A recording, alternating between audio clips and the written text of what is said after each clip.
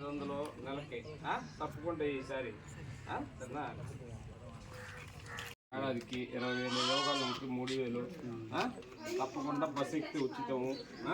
Sir తప్పకుండా వేయాలా తెలుగుదేశం జనసేనకి సరేనా. మర్చిపోబాక.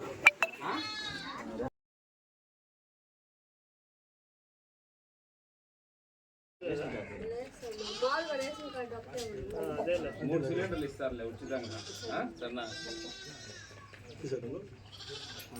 గెలిపించాలి ఈసారి, గవర్నమెంట్ మార్చాలా, నీ చేతిలో ఉంది సరేనా.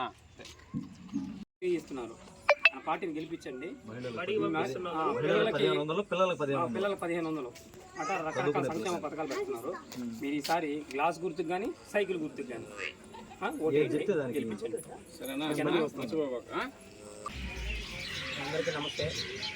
ఈరోజు రాపూర్ మండలంలోని కోటూరుపాడు అనే గ్రామంలో జనంలోకి జనసేన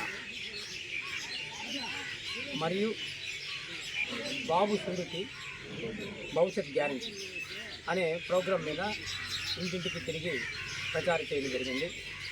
ఈ ఊరిలో దాదాపు 1000 మంది జనాలు ఉన్నారంట.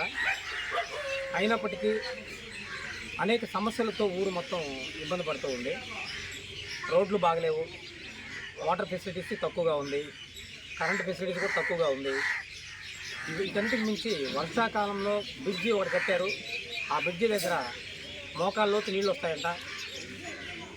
ఆ వర్షానికి ఆ నీళ్ళన్నీ అక్కడ ఆగడం వల్ల అవతలకి యువతలకి స్త్రీలు, ముఖ్యంగా స్త్రీలు అయితే అవతలికి దాటుకోవడానికి చాలా ఇబ్బంది పడుతున్నారని రకరకాల సమస్యలు చెప్తూ ఉన్నారు. ఈ ఊరు గురించి కొంచెం అధికారులు, జిల్లా కలెక్టర్ కాడి నుంచి ఎవరైనా సరే, మండల స్థాయి అధికారులు కూడా, గ్రామ స్థాయి అధికారులు కూడా అందరూ దీని గురించి పట్టించుకొని గ్రామంలోని ప్రజలకి, గ్రామంలోని వసతుల గురించి, అవస్థాపన సౌకర్యాల గురించి కొంచెం దృష్టి పెట్టి ఊరిని బాగు చేయాలని జనసేన పార్టీ తరఫున కోరుకుంటున్నాము. ఈ కార్యక్రమం మా వెంకటగిరి నియోజకవర్గం ఇన్ఛార్జి అయిన గూడూరు వెంకటేశ్వరరావు గారు మరియు పొట్టేళ్ల పెంచిలయ్య మండల అధ్యక్షుడు, ఇంకా మరియు ఇతర కార్యకర్తలు, నివాసు, మిగతా వాళ్ళందరూ సమక్షంలో చేయడం జరిగింది. ఎంతో ఘనంగా అందరూ రిసీవ్ చేసుకున్నారు. ఖచ్చితంగా రాబోయే 24 ఎన్నికల్లో జనసేన పార్టీ జెండా సచివాలయంలో ఎగరబోతుందని, ఖచ్చితంగా ప్రభుత్వం మారుతుందని, ప్రభుత్వానికి అంటే అధికార ప్రభుత్వానికి సరైన బుద్ధి చెప్పే రోజు దగ్గర పడిందని, పాలన మారిపోతుందని, పవన్ రాబోతున్నారని ఖచ్చితంగా చెప్తున్నాము. అందరికీ ధన్యవాదాలు తెలియజేస్తూ థ్యాంక్ యూ. అందరికీ నమస్కారం. మాది రాపూర్ మండలంలోని సిద్ధారం పంచాయతీ కోటూరుపాడు గ్రామం. మేము దగ్గరగా 1000 మంది జనాభా కలిగిన విలేజ్ మాది. మేము గత 2019 నుంచి ఈ గ్రామంలో కనీస అవసరాలు, రోడ్డు, నీరు, విద్యుత్తు ఇట్లాంటి చిన్న అవసరాలు కూడా తీసుకునే పరిస్థితులు మేము ఉన్నాము. దీని విషయమై అనేక సార్లు మేము అధికారుల దగ్గరికి కంప్లైంట్ ఎన్నోసార్లు చేసాము. కనీస అవసరాలు కూడా తీసుకునే పరిస్థితుల్లో మేము ఆ ప్రభుత్వంలో ఇన్ని రోజులు నచ్చాము.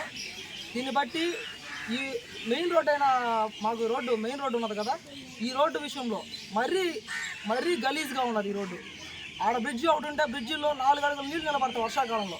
ఆ వర్షాకాలం నీళ్ళు నిలబడితే లేడీస్ వచ్చేటప్పుడు, స్త్రీలు వచ్చేటప్పుడు వాళ్ళు ఎంత అసభ్యకరంగా వస్తున్నారంటే ఆడ వచ్చేటప్పుడు పాపం అంత మొలకరగా ఉన్నారు వచ్చేటప్పుడు ఆడపిల్లకాయలు నడిచేటప్పుడు. లేదంటే రైల్వే కట్టెక్కి రావాలి, అక్కడ ప్రమాదాలు పడతాయి. ఈ విషయమై మేము అనేక సార్లు అధికారులని అడిగాము. కనీసం మట్టెనతో కనీసము గొంతులకైనా మట్టెనతో అడిగాం, అది చేయలేదు. పోతే వాటర్ సమస్య. ఈ వర్షాకాలంలోనే వాటర్ ఎక్కువగా వచ్చేటప్పుడే కొన్ని వీధికి వస్తేనే కొన్ని వీళ్ళకి రావట్లేదు వాటర్. ఈ టైంలో ఎట్లా అంటే ఎండాకాలం అయితే మేము ట్యాంకులు పట్టుకొని బిందెలతో బోర్ల కాడికి వెళ్ళి తెచ్చుకునే రోజులు ఉన్నాయి మాకు. లైట్ల విషయంలోకి వస్తే పండగ వస్తే ఓన్లీ సంక్రాంతి వస్తేనే లైట్లు వెళ్తాయి మాకు. లేదంటే ఎలాగో అది కూడా పాయింట్ ఆఫ్ చేసి వీళ్ళకి వేయాలి, ఇక్కడ ఇంటి దగ్గర వేయాలి, ఇంటి దగ్గర వేయకూడదు అని ఎవరైతే వాలంటీర్లు చెప్తారో అక్కడే వేస్తారు లైట్ల విషయంలో. సో ఇది ఇట్లాంటి గవర్నమెంట్లో మేము ఉన్నాం ఇన్ని సంవత్సరాలు, 5 సంవత్సరాల నుంచి, గత 5 సంవత్సరాల నుంచి. మేము ఇప్పటికీ అనేక సార్లు మా పంచాయతీ అధికారులు, మా పంచాయతీ సర్పంచ్ కానీ ఈ విషయమై కనీస అవసరాల విషయమై మేము ఎన్నోసార్లు అడిగాము. కనీస బాధ్యతారహితంగా వాళ్ళు ప్రవర్తించి కనీసం కూడా రెస్పాండ్ అవ్వకుండా ఉన్నారు. దీన్ని బట్టి మేము ఈ మా జనసేన పార్టీ తరఫున మా పంచాయతీ అధికారులు కోరుకుంటున్నాం, ఇప్పటికైనా సరే ఇప్పుడు మీరు ప్రచారానికి వస్తారు కదా, ఇకపైన ప్రచారానికి వస్తారు కదా, ప్రచారానికి వచ్చేటప్పుడైనా సరే మీరైనా సక్రమంగా రావాలి కదా.